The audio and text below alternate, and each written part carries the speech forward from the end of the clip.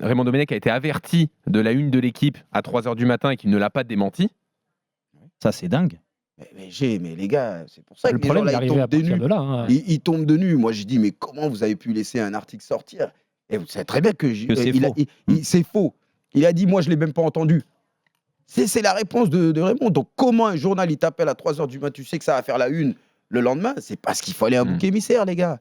Alors ensuite, le groupe veut réagir. Le groupe veut marquer le coup parce qu'il n'est pas d'accord avec l'exclusion de Nico.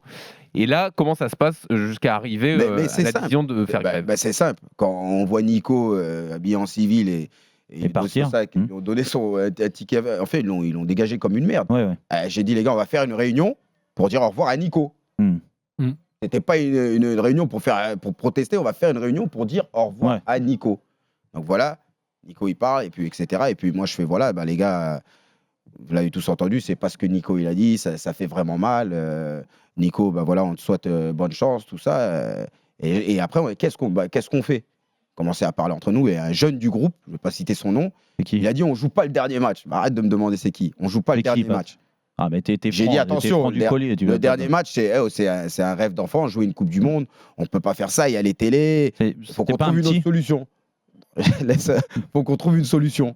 Et là, l'entraînement, on s'entraîne pas. De toute façon, c'est un décrassage. On n'a pas besoin de s'entraîner. Décrassage, tu connais, il y a certaines personnes, ils restent en soins. Donc voilà, ça partait de là. Cette réunion, elle était faite pour ça. Mais on a voulu protester et juste ne pas s'entraîner pour un décrassage. Mais après, je reviens sur justement ce moment-là. Je ne sais pas si tu te rappelles de ça, parce qu'il y a des trucs qui vont te marquer toi et moi qui m'ont marqué aussi. À ce moment-là, quand vous allez à l'entraînement, la vraie histoire, c'est que normalement, vous n'auriez pas dû prendre le bus et aller à l'entraînement. Vous vouliez pas y aller du tout. Il a raison. Exactement ça. Il a raison. À la base, c'est on boycotte l'entraînement. Oui, donc tu restes à l'hôtel. Mais comme il y a des jeunes des townships qui sont invités, c'est ça? Voilà. Vous êtes obligé Nico, merci. Tu m'appelles pour me dire, on est obligé, on voulait faire ça, mais en fait, on est obligé d'y aller pour les jeunes. Il y a des jeunes, et après la presse, tu sais comment ils sont, ils vont commencer à dire que oui, ils ne respectent pas les fans, etc. Donc, on va y aller. Voilà. Et donc là, ils prennent le bus. Il a tellement raison. Et en plus, on a nos baskets. Et j'ai une réunion avec Raymond et Eric Abidal. Et là, à partir de ce moment-là, et Nico, il connaît Eric, toujours calme. Il a dit, tu me dégoûtes du football.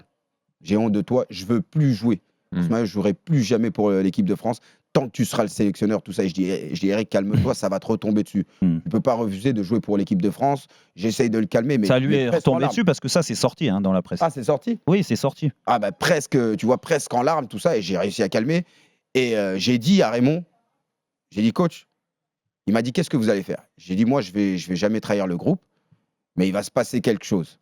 Mais attention, faites pas les cons. J'ai dit, c'est pas un truc, je lui ai pas dit qu'on n'allait pas s'entraîner. Mais quand on arrive avec le bus et tout ça, et là, je lui donne le papier. Et il comprend qu'on... Le papier on descend, on descend, on va, on signe aux gosses qui étaient là, etc. Les jeunes, et tu remontes dans le car. Et puis après, on est comme ça, on se regroupe. Et voilà, qu'est-ce qu'on fait? On remonte dans le... Déjà, on voulait même pas venir. On remonte dans le car.